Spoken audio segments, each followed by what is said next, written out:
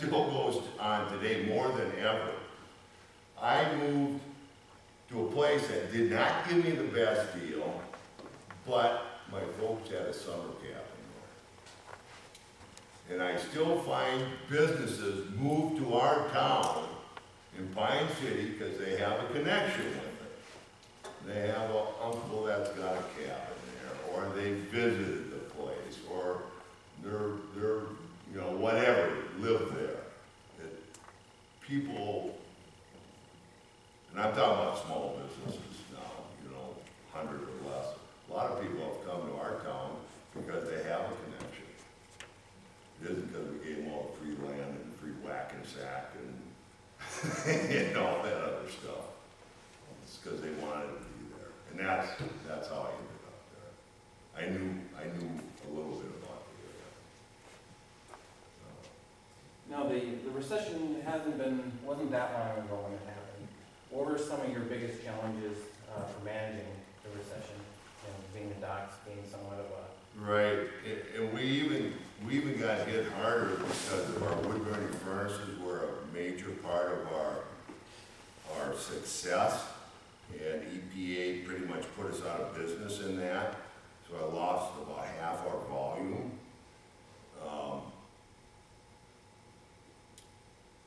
So it was really like, what are we gonna do? I mean, we can't make wood burning furnaces anymore.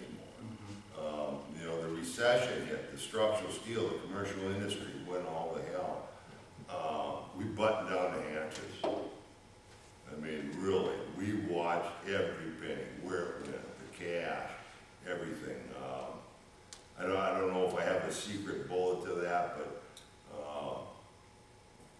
we really trimmed everything down. We had to lay off employees. It was a terrible situation. But we had, I'm kind of a Jekyll and Hyde. I do stuff at a whim. I'm pretty wild and stuff, but I like to have we had built up a really nice cash reserve.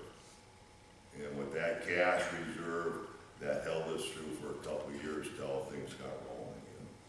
Were there any positives that you saw with your business, the structure of your business, how efficiently you ran? Yeah, we find that we can you can get along without.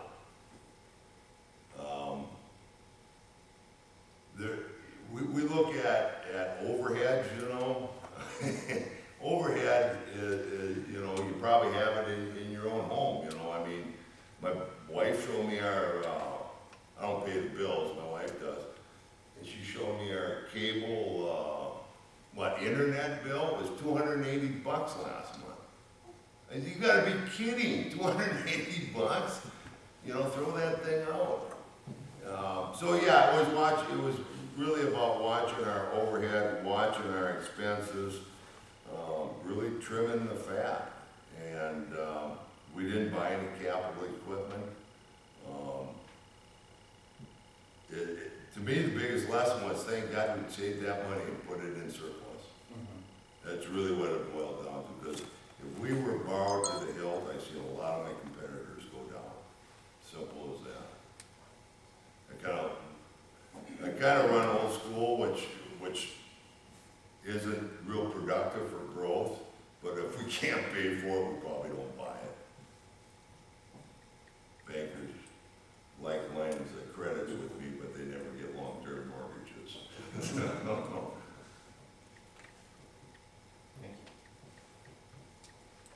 Anything else? How Go. many employees do you have now? About 30. And what are your main product lines? Yeah, our main product lines are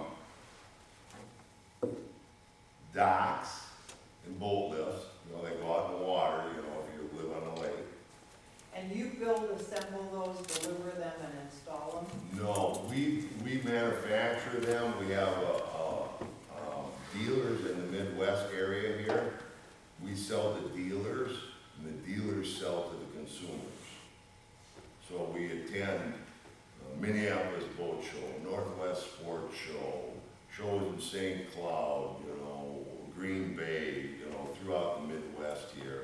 And the products are displayed, our dealers work the shows, and they're selling to the consumers that come in. So we do not sell retail. And then we also do structural steel, like big courthouses and schools. We're doing a big school in Winona, I don't know, it has 500 ton of steel in it, you know, hundreds and hundreds of semi-loads of steel, and that's the steel structure. And that's bid through general contractors, that's in the construction industry. And then we're pretty diversified, and the reason we're so diversified, I'll get back to the basics. When we just sold wood burning furnaces, we had one or two major buyers at one time, and I used to say when they sneezed, we got pneumonia. We had to do what they told us, and I swore to God I would never get in that situation again. Nobody's gonna tell me what to do, and we're diversified enough that we kind of, you know, if something isn't happening here, maybe something's happening here. And we also do a line of big, heavy military type trailers. But it's hard marketing all that stuff. You know, marketing she was talking about. Here's some propaganda. You just take a look at that. That's just some of the stuff we do in there. Basically, it's metal fabrication is what it boils down to.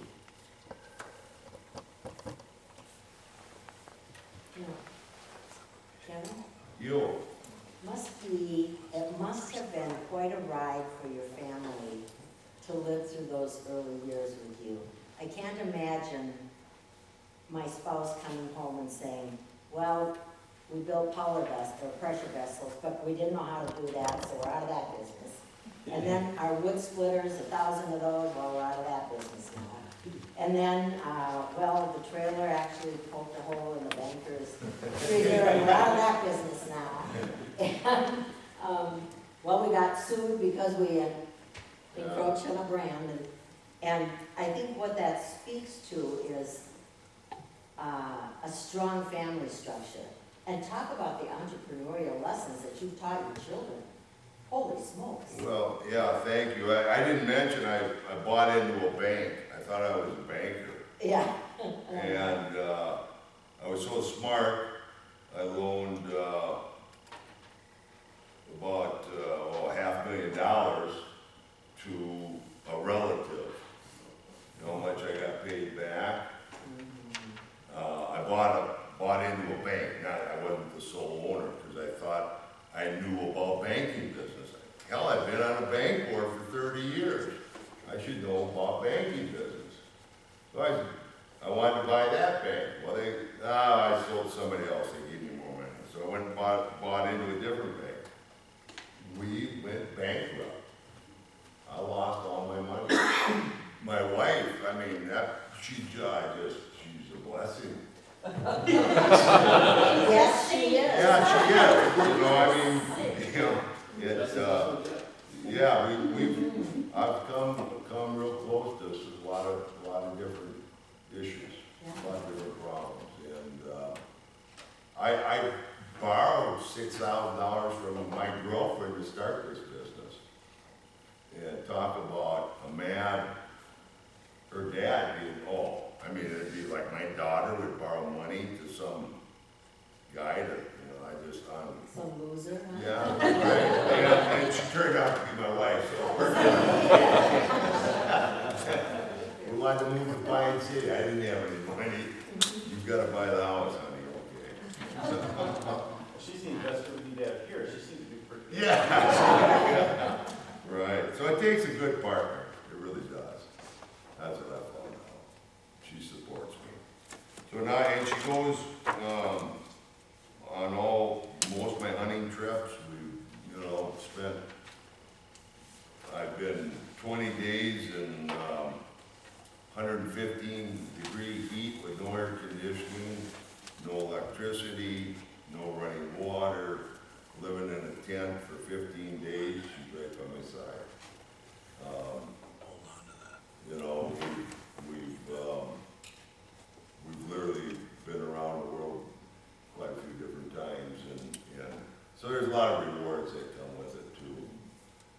we have a satellite phone and we're usually in contact with the rest of the world, so. Well, I take my comment back about a loser. Where I keep it. So, I just had one quick question. This is my partner, Chuck Carlson. We have an invention that we feel is industry changing. But because it's not something that is a business that we're involved in now, we each have our own businesses that are totally different, and the amount of investment. How did you bring yourself to just be able to get out there and go, just to invest this money this time? Was there banks that backed you up? Was there someone that, you know, my father didn't even trust me. He wouldn't even borrow me money. You know what I mean? It was a real struggle. I started real small. You know, I did a lot of work myself. I was a certified welder. I worked, you know, you own a restaurant. I know that's all extensive, many hours, but, you know, it was nothing to work 20 hours a day, you know, to get some cash flow going. If you're not willing to put in the effort, you will not succeed, in my opinion. is there, Yeah, there's all kinds, you know, bankers here willing to give you money. There's, you know, investment. Jordan, he can tie you up pretty good. With but is different there people. people out there that would want to embrace an idea and pay a small royalty to say, hey, I can make this product, this is right up our alley, this is right in our wheelhouse, and we can make a ton of money off this? Yeah, how do you meet these people? Where do you, you know, because you probably had to meet a lot of folks. Oh, to get yeah. into these different branches of your business. You know, I was fortunate to have a super good banker that trusted me. I spent more time with him than my wife. Because to me, banking's about character. If you're, you know, the 5 C's, you know, but whatever. I think there's a lot of, you know, the GPS 459, the EDAs, you know, you have those people in this room, you know, that can help you out. And, Give me a call tomorrow.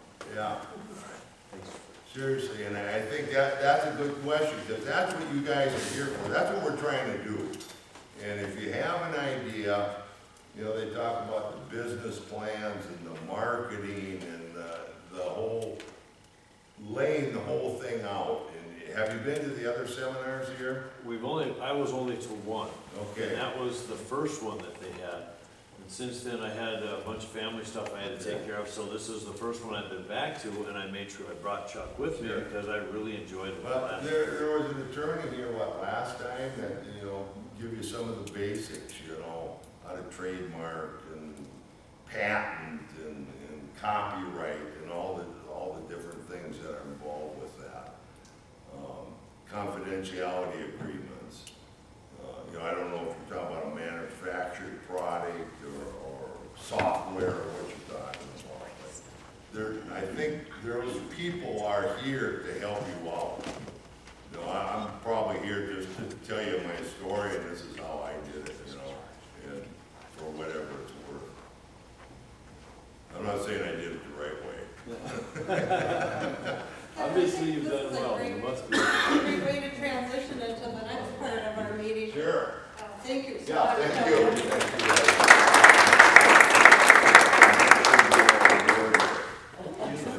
So we like to go around the room and have everybody introduce themselves and talk about what your business or your organization is. Those that have been here before, we like to keep them a little shorter.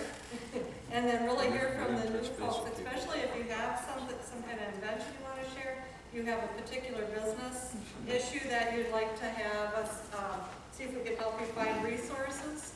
Our presentation today on digital marketing came out of this group. We heard people in here say that that's the topic they wanted to hear about, and so invited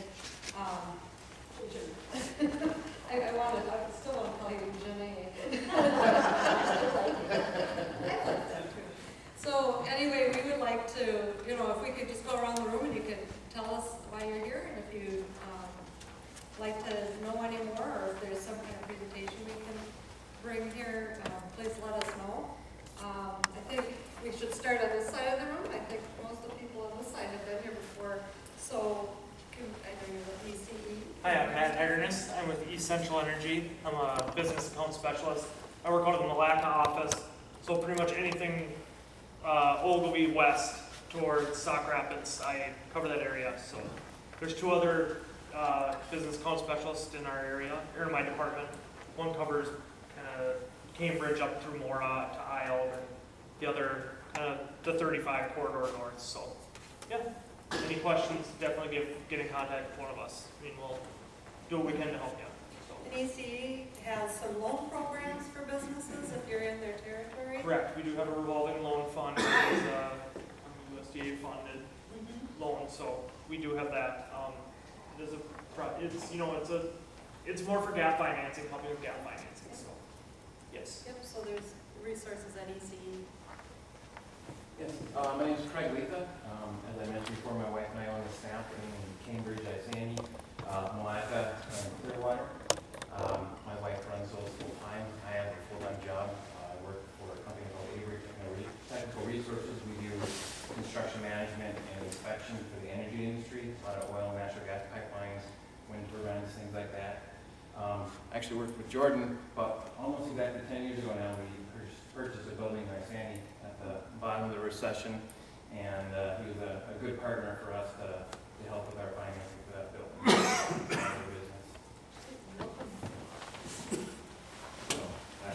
I'm John Munson. I have kind of a tag along that just came along in here.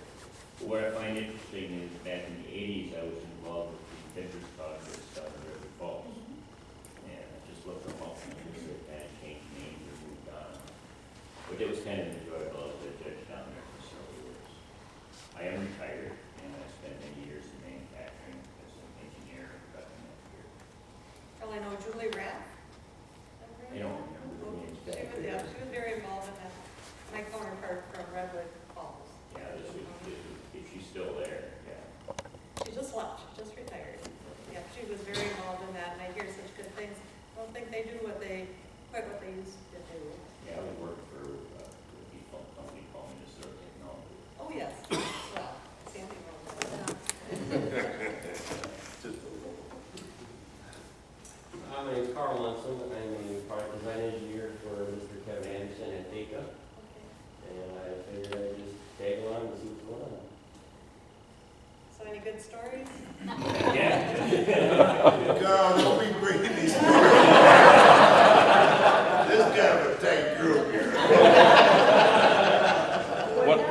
Yeah. What happens in Pine City stays in Pine City. We go back in the corner here?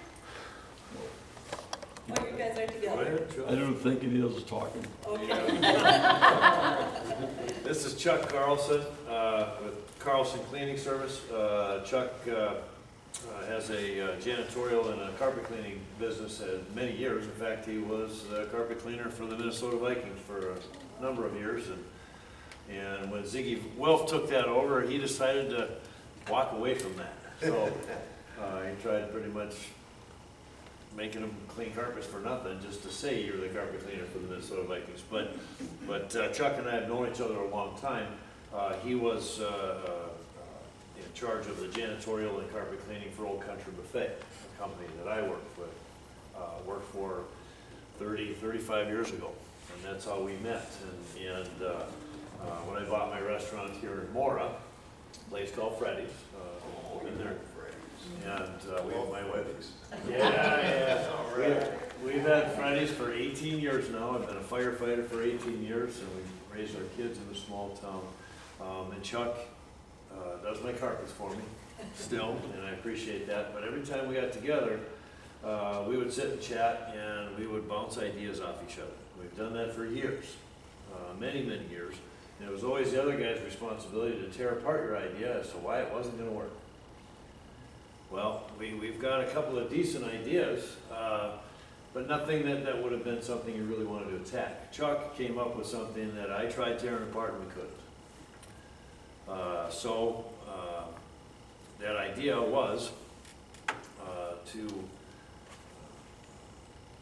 well, tell them the story. It was about when you were sitting at your mother's grave. Because I work nights, I don't talk that well. That's the reason Mark does all the talking. My sister wanted to be cremated, and her ashes spread on the grave. And I thought that was kind of stupid because where are your grandkids gonna go? Grandma's at that piece of grass, or, you know what I'm saying? There's no lasting deal. So I spent too much time at the cemeteries because my mother went unexpectedly, and I was working for the Vikings at that time. And go back a few years, they were playing Arizona, and they were going to the playoffs if they beat Arizona. My mother died at 4:47 that morning. I was out there at 8 o'clock cleaning her stupid carpet because they were going to the playoffs. Because they lost that game, I'd been with them about 10 years at the time, and they forgot to send flowers to my mother's grave. Anyway, so it starts with bad vibes with me and the Vikings because I was always there for them. So, like I said, I spent too much time at the cemetery because my mother was unexpectedly, and you put two and two together, and the last 5 years we've been working with the patent office. And we finally got the patent on our idea. It's actually a 2-part patent. And it also covers Canada. And if you're interested, we could show you the only one in the world. Basically what this is, guys, is an urn within an urn within an enclosure, so that you can have a burial urn and a decorative urn for your service. A decorative urn that can function as anything afterwards that you can take home yourself, or you can lease it from the funeral home. And then that burial urn keeps your ashes or anything you want in there, keeps their integrity and indefinitely, if need be, and it goes down through the headstone. And with our idea, with our patented idea, it goes through an opening in the headstone into a vault underneath, which is basically an underground ossuary that you can have a family burial plot that can fit 10 generations of your family in a 4x5, 4x6 foot spot. Instead of paying, and what happens is and I went to the city of Mora with this and said, and talked it over with Joe Colgraff, the guy that runs the city. Of course, most of these small cemeteries are run and managed by city municipalities. And it becomes a dredge onto their general ledgers every year because they take in a certain amount of money for this 6x10 plot that can only hold 2 people. And in most cases, they're making changes to that, and then they're maintaining it for the next 100 years. And it is a constant cost. With our idea, every time they use our special tool and open up that vault and drop down another tube or another person or a family member, it's done with little to no labor, and the city is bringing in revenue, and it's residual income. Joe liked that. He thought that was fantastic. On top of that, it's residual income for companies making these things. And it's a fantastic idea. We've talked to many people that said it's revolutionary, but this is also a business that is old, and it's big money, and it's very old money. And being able to break into this, especially small guys like us, that really don't have the experience, you know. There was something said about a fireman down in the cities, and he was a captain, and they were going into a burning building, and he pulled his whole crew out, said something doesn't seem right, we're not going to keep you guys in there. Within 5 minutes the floor collapsed, it would have killed all of those men. And he was asked by someone in the news media, how did you know, how did you know to save your men this way? And he goes, I don't know, I guess it was just instinct. And it wasn't instinct, it was experience. Just like Kevin, with the experience in your business, with docks and lifts for boats and things like that. There's things that you know automatically that you look at something and you go, yeah, that's not gonna work. Does instinct tell you that, or was it experience? We call experience stored knowledge. Exactly. So what happens is we are trying to get involved into a business that we have a phenomenal idea. A phenomenal patented idea that could make someone a lot of money. But we do not have the wherewithal to go after it. And So are you looking for a business to produce your product? we are, right now, we're looking for businesses that can help produce our product.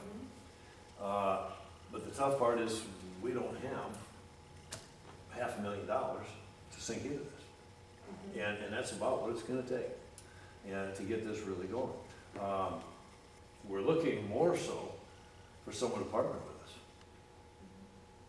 And, Okay, and so you're looking to create a prototype? well, we've already got You've got a plenty of prototype. prototypes. Okay, We've yeah. got one that's made by a 3D printer. We've got several that are made out of pottery from Red Wing Pottery. Linda Lighted, her husband Elmer made our first prototypes for the inner urns. We have all those products with us. We've had things made out of glass. We have a ton of things made. It's being able to have it manufactured on a large scale that has been our nemesis. And why we want to get someone involved that says, hey, you want to make a ton of money, this is a patented idea. And anyone that wanted to get involved was we were willing to give them exclusivity. Say, this is your deal. You know, we can help you in sales. We can help you in any way you want. But basically, you're basically going to pay us a small royalty and take it. You know. The idea was not about money, though. It was about a lasting place for relatives to visit. The money was a secondary, so. But also important. Well, Would you like to see the 2-in-1 urn? Would love to. It's the only one in the world, so it's oversized just for looks. this is one Chuck just had made by a 3D printer. It's not currently in use, is it? Not Or soon to be. It's oversized, just for looks. And they did a terrible job painting it. Chuck, stand up, would you please, so we can see it. You stand, you're taller than me. You stand up, this is your deal, man. All right.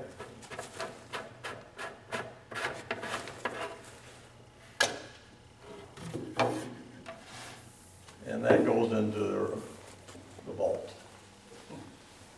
You'd have a special tool that would unlock a cover. Through the headstone that goes down into the vault, much like a columbarium, but is the only one that is patented to go through the headstone into the ground. This would go down inside there. This would be kept by the folks that had it. I've got other prototypes that are glass and they're tubular and they look absolutely beautiful. It would be an umbrella holder, a plant, something for a plant. Wait, 2 questions. Is the tool made out of metal? The tool is made out of metal, Okay, all right. and so would the cover. So would the cover. Okay, second question. What's the plan for marketing? I mean, I don't need a, elaborate plan, but what's the common sense way that you're gonna sell all these? It's such a great idea, how you gonna sell? Door-to-door funeral? Wholesale to all the Wholesale, funeral homes. To how, to what? To go meet with, you'd meet with funeral homes, funeral directors. And of course, you'd have a website. You'd have the website for CDM urns. You'd have flyers that you can put out. Each one of the funeral directors would have paperwork that would back it up. How And they are can sell it so that caskets? they can make money. How are caskets sold? Costco. Caskets are sold in many, many different ways. many ways. That's Dak. But typically, everything is purchased through your funeral director. The funeral director takes care of all the purchase for these products for people. You go in and your loved one has passed away, you go see the funeral director, and they give you options and choices of what you can do through different companies, and they take care of everything from your service to your wake. So the funeral director must be buying this from distributors. He's not going on the internet and buying. Well, some people will get their own on the internet. A lot of folks will do this stuff on their own. But through these guys, they're typically going through distributors. Yeah. For everybody that's internet savvy, I'm not. I got a flip-flop phone, I'm an idiot. Death, it's a living. What's that? You're the smart one. Yeah. Now, Verizon's trying to kick me into a smartphone because they keep dropping my calls, but death, it's a living. You'd be shocked what kind of industry this business is. It's $1 billion a day. Yeah. $1 billion a day. And growing. And growing. And it's going to continue. That was the reason that we chose to go after this idea. And it was Chuck and myself and his brother-in-law, Don. Don is an architectural engineer, did a lot of our drawings for our patents, did a lot of the verbiage for the patents. And about a month after we got our patent, a couple months after, Don had an accident and has struggled since then. So it kind of left the ball in both of our courts. And between the two businesses that we have, we're so busy, we have not given what needs to be done to really get this rolling. So the savings on this is like, for example, from the city, you come to the city, we sell you a one burial lot, and you may or may not use it in the next 40 years, assuming you pay for it ahead of time. And then when it does come time for you to pass, you have to pay for the opening, which is like $400 just to open the grave. Right. And then obviously, study reduction for an urn, but, you know, for the city, really. Well, for the city, the only thing you're making money on is through your funeral director. They would set it up, okay, we are going to the Mora City Cemetery. And part of the cost of all this is going to be the $400 or $500 it costs to have your loved one put into the family grave. You'd have an initial cost to get it built with the vault and everything else and the headstone, and you'd have a flat headstone on the bottom with your thing. You could have a taller headstone. You would have to arrange to have the stone cutter come out and sandblast the information onto that headstone. Maybe the day before your funeral, and they could do it graveside right there. Have it opened up, ready to go. They do their service. Drop this down, put the cover back on, and that service is done. And a certain amount of that money for the funeral is going to go to the cemetery itself for unlocking the headstone. Does that make sense? Yeah, that makes sense. You know, everything is you're buying it as a package. You're buying it as a package so that your initial investment, which is going to be larger, is going to set up your family burials for the next 50 years, 50 plus. And the city, you know, obviously, we only have so much burial space in the city. Granted, we have quite a bit of leftover space at this point, but we're looking at the columbariums, and they aren't cheap. No, they're not cheap. They're not cheap at all. And this That's would also be- an upfront cost for the city to come up with and hope that over the next 20 years it pays for itself. Correct. But if all you're doing is selling a spot, you're selling a plot just like you do right now, only it's a smaller plot. Instead of 6 by 10, it's going to be 3 by 5 or 4 by 6. And that becomes a plot that can hold 100 people. Why not? I mean, on top of it, to the previous discussion, there is some restrictions on dumping ashes in the cemetery on top of the grave. And I'm not sure of all the rules, but. There's rules you can't dump ash anywhere, Yeah. but they're not enforced. How do you, when you drop that down, the vault, or what do you call it down there? Is there some mechanism down there that keeps them orderly, or are you just dropping them into a big hole? Well, we had a the guys that were talking to, Weiser Vault Company, and we had a system set up that when it went in, it kind of rolled down and then locked into place. We also had one where it was, where there would be this right here can be grabbed. And we would have a special tool that just dropped it down and it would slide. And you could just stack them. You could say 100, if you stack them in there neatly, those would fit in a small space. But if they're just falling down there, 100. If they're just falling down there, there'd be less. It would be less space. So we've got a couple of different designs, and that's something that we can work with too. I mean, that's something that we're working with Matt Weiser. And right now, he chose to, he does most of his burials over at Fort Snelling. And Fort Snelling is not something that's gonna entertain an idea like ours. It That was is, March this year, I think it was Crystal Lake Cemetery in Minneapolis. Tried to give their 140-acre cemetery to the city of Minneapolis. Give it to them free. It was in the paper in Cary 11. And the city said, why? He said, I'm losing $300,000 a year just maintaining the property because everybody's getting cremated now, so it's just, they're saying 92% of us will be cremated by 2035, I think, so the number's going up really quick, so.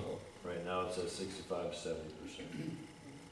And Have you that's, entertained the thought of just selling the idea? well, we've entertained that too, but who are you gonna find that's gonna buy?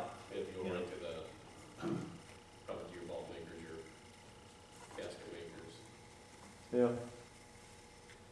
And there are some You organizations. know, that's part of the problem too. Are they gonna wanna talk to Chuck and I? You know? Okay, somebody I'd like to introduce you to. He raises venture capital money, that kind of stuff. We worked with Easy Box up in Pine City in the incubator, and they were gonna have like 3 different levels of loans with separate different companies, and he got involved, and the investors came in, and we did it with a couple loans, and a whole bunch of investors, so Wow, maybe we can talk afterwards. okay, that'd be Have great. some contacts. You know, it is what it is. I've got other prototypes, you know, including Elmer's that was made out of aluminum, and I love it. I think it's beautiful. But it is what it is, guys. It's a patent, and this is a 17-point patent, and it is covered. It's 25 now. Well, Beautiful. we had to go back to it because some of the points were not clear enough. And about $20,000 later, it was finally approved, so it's a 25-point patent in the United States and 22 in Canada. And the 3 points they're fighting us on right now, our patent attorney says it'll be approved, so they'll be equal partners. And Canada's, I think they said about 91% cremations right now. So they've been way ahead of the United States, so. But they're both approved. Both parts of the patent are good in Canada and the United States. All of North America. So we chose not to go outside of North America just because now you're dealing with foreign governments that can be very volatile. I think Jordan in his business,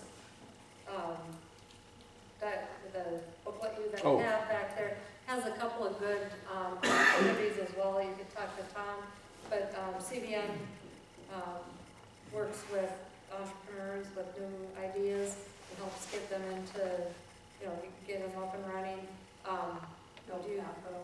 Hill Capital is another one. So there are some of those, we can certainly help introduce you to those. A lot of times it's just finding the right local businesses, and the connections, so a lot of times it is that local connect. So if we can help with that too, we'd be happy to try to help you connect to the right, Thank you. to some resources. I think we better keep going though. Can I have you introduce yourself?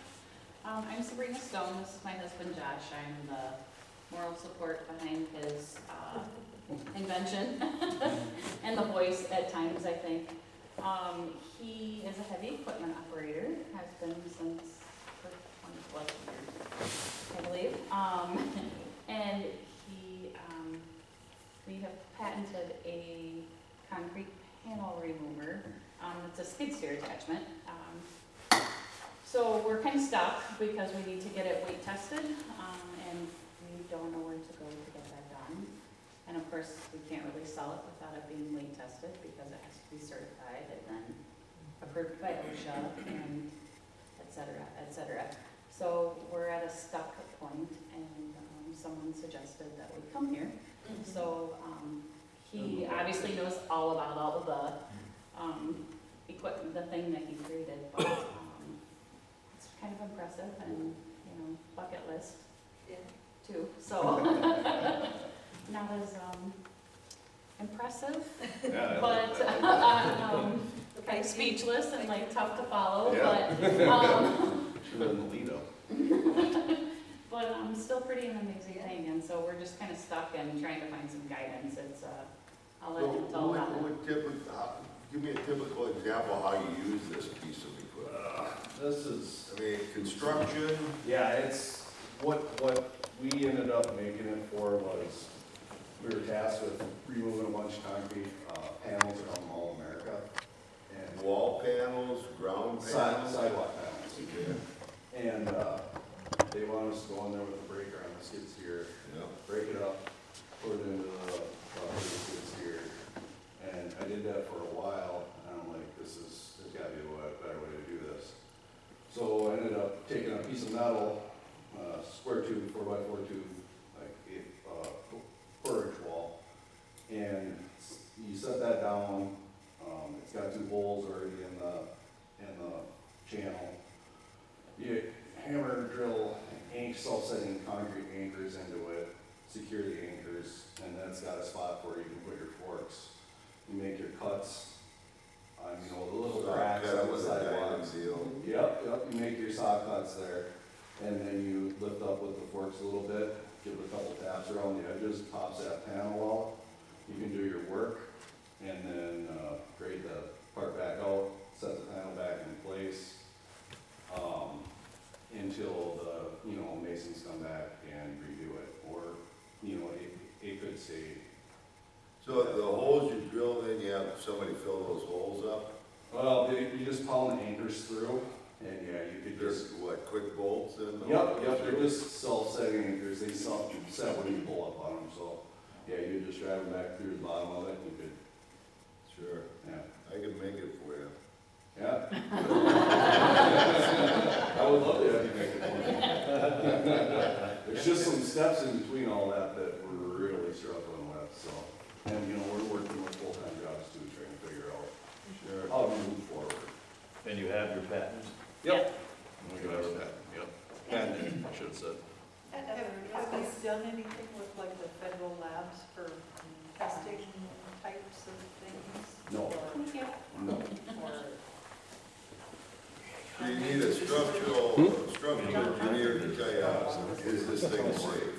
Basically, yeah. And you need to rate it for the capacity of your forklift. Yep. Or something to that. Yep. If your forklift can lift 2,500 pounds, it's gotta be tested to hold 5,000 pounds. Yeah, but whatever. basically comes down to like whatever the weakest link is gonna be your weight rating. You know, like your concrete anchors, yeah. Yeah, that's kind of what we're doing. Good idea. So did they have any restrictions on the patent that they gave you as far as the? I've got the, no, I don't think so. I don't think there was any restrictions. We started out going through Inventors, and then, yeah, that's a whole other story, but. Yeah, we ended up with. $5,000 to? Yeah. That was just to talk to us really, Yeah. and kind of get things going and draw a prototype, but to actually do the patent itself, I mean, Yeah, it was. it was like paying my student loans I'm still paying. There was, So- there was a patent attorney here a couple weeks ago. Yeah. Do we have those on that video? All on our website, Yeah, so ecmnbusiness.com. we got that, yeah. You need to get some certifications. Yeah, we ended up running into a really nice patent attorney. He since passed away, but he took care of it, and it was, you know, it took a couple of runs, like those guys were saying, to to get the patent and go through them. We've had it for like a year now, so. What do you say, when in doubt, Google it? Yeah. You know, structural engineer, Minnesota, Yeah. you know, PE engineer. I deal with, you know, several engineers who were doing steel construction. Yeah. And, I can give you the name of a couple of the guys we use. They've,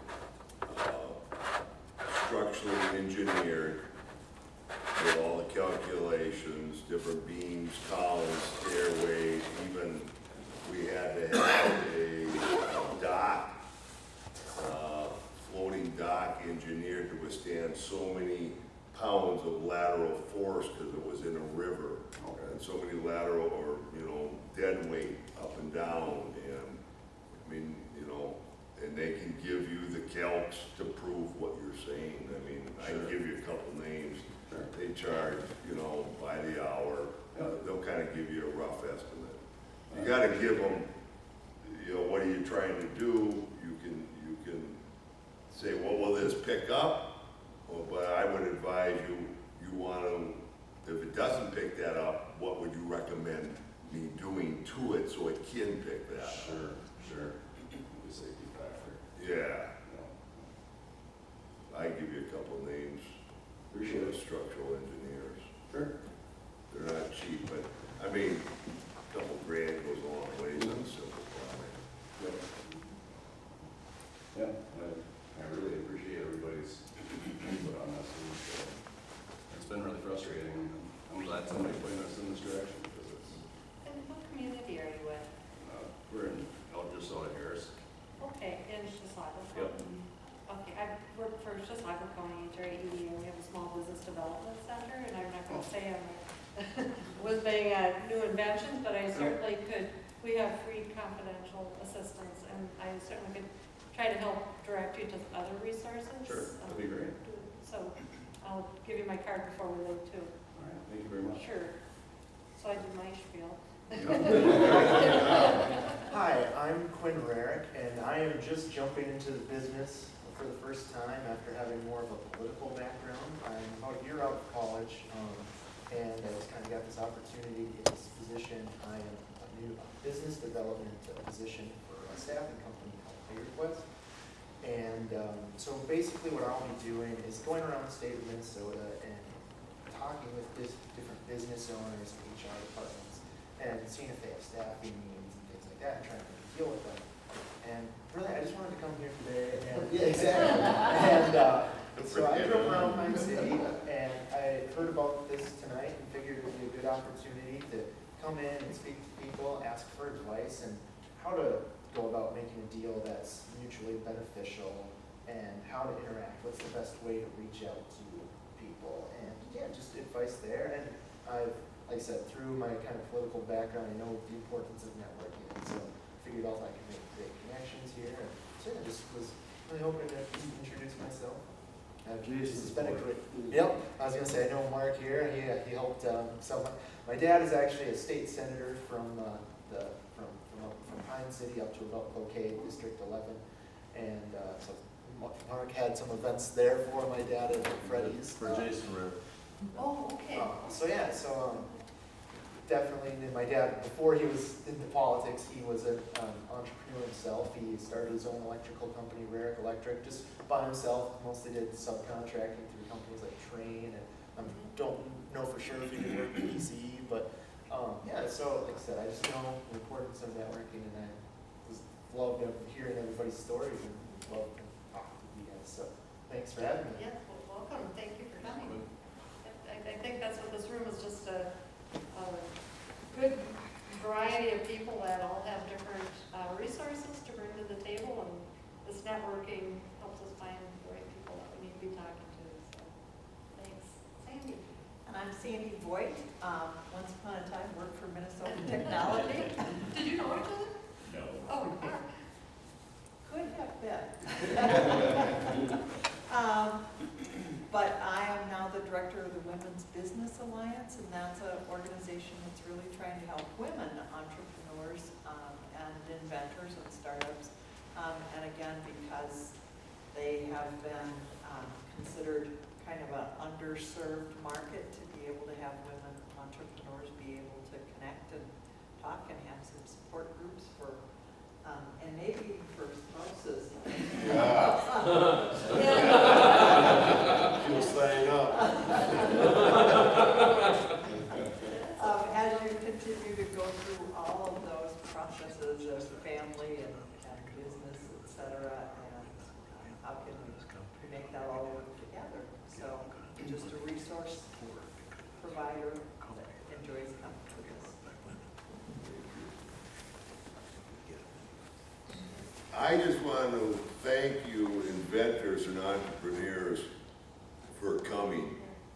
I know it's not easy when you first start. Where do you go for help? And then knowing enough to ask for help, it's humbling. And it gets very confusing. Stick with it. You're at the, this is a hell of a good start. Thanks for being here and sharing. Tyler with Spire Credit Union, just here again, network, offering lending assistance if need be. I guess a recommendation would be to secure your funding for any upcoming ideas, projects before you quit your full-time employment of 10 years and go on here. It makes it a little bit easier for us. So one big tip, because a lot of people, they go and all of a sudden it becomes to the point where this is now full-time, and they quit their jobs and then they come to us and with 6 months into a very non-profitable business. So so that would be my tip of advice. But cool to meet Chuck over there. I've actually been invited. I have a carpet cleaning background.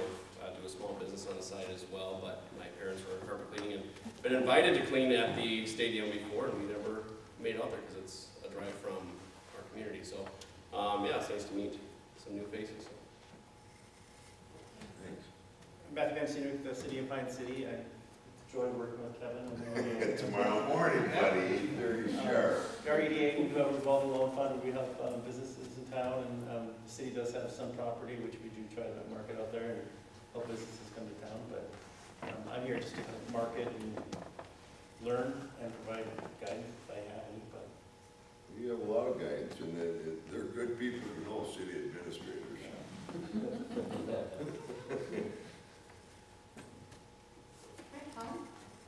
In a previous lifetime, I did economic development for Cambridge and then North Branch and Credit Launch GPS. I was a consultant to them.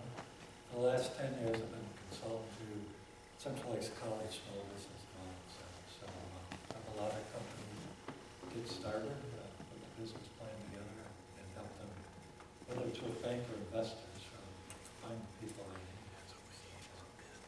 I have now come and practice back in Ohio for 16 years before that. So. I'm Doyle Jelsing, President of Neighborhood National Bank, but I'm also the chair of the Canadian County Economic Development Group, and a very active member of GPS 4593. Economic development is probably my passion, if you want to put it that way. Makes my job much more fun, let me put it that way. And then as a banker, you either love them or hate them. I love them. I should say they love me. Again, banks are to provide capital when they aren't to be the risk takers. And that puts us in a very different position of where we are in the process, at that point. But what we can do is be part of the connection when helping people make the connection and find the gap financiers or find the other people that we know that we have business with. And I think that's where the excitement comes in economic development, helps with that. And I've been at most of these meetings, and I think everybody knows what my spiel is. It's in a group like this, the hardest thing in economic development is to getting people to identify themselves, getting the entrepreneurs out, okay? And the only way that really happens is people talking, okay? But we have a new resource. and I looked at this, and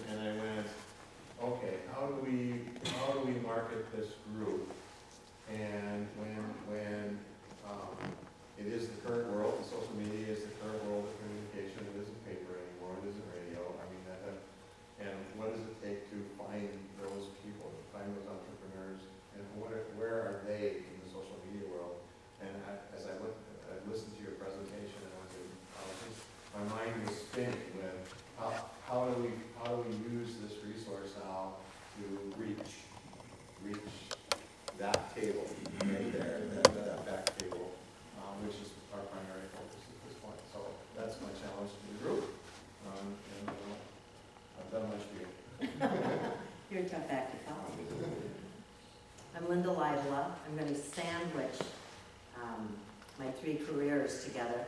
I was on the board for Minnesota Technology for 3 terms. It's a great organization, now Enterprise Minnesota. So, Which may be a resource for. well, right, for some people. I currently own Raven Performance Group. I run roundtables for business owners, bringing them together, giving them a place where they can talk about the challenges that they face every day and find support and answers from the others around the table. My other hat is I'm also chair of the board of East Central Energy. And am I going to look into that 2.2 Google rating that we've got? Definitely. I had to call for a power outage last week, and I seen that rating, and I thought, What the $1 heck billion is- company. What is going on? I'm all for that. You got that, Matt? Okay. I'm on. Tell us that we. Yeah. The sad part is usually just, You should just leave her. That's right. gotta get people into the positive. Thank you, Linda. Do you have anything else to add? Oh, I was just gonna answer Doyle, you asked your question. Talk about pain. Ask lots of questions. I mean, that's what you do on social media, is you ask the questions that they're asking. They said and I've heard 10 pain points and questions that most inventors, entrepreneurs I've worked with are always, you know, it's what's the next step? How do I build this team? What does success look like? I had the same great idea, where do I go with it? So, and just talk about it. That's one of the, I think, the best way to talk about and attract people is actually talk about their pain, because that's what they're going to Google. Next, I have this great idea, and then how do I get help with that? Good suggestions. Well, Jordan has been our social media. Yeah, he is. And he makes us send it out too, and we do because he tells us to. All right, it's already after 8. Sorry, we've gone a little long. Usually they kick us out of here at 8:15. We'll give you a little longer. Okay. So, yeah. Sounds like there's a lot of networking that needs to be done, so. Yeah, that's a very important part of this, and so I'm sorry I didn't leave a lot of time for that. But if you need to talk to somebody here, you know, please find them and hang around, have some more to drink and eat. And we'll see you next time. I heard some ideas in here too for next time. Yes.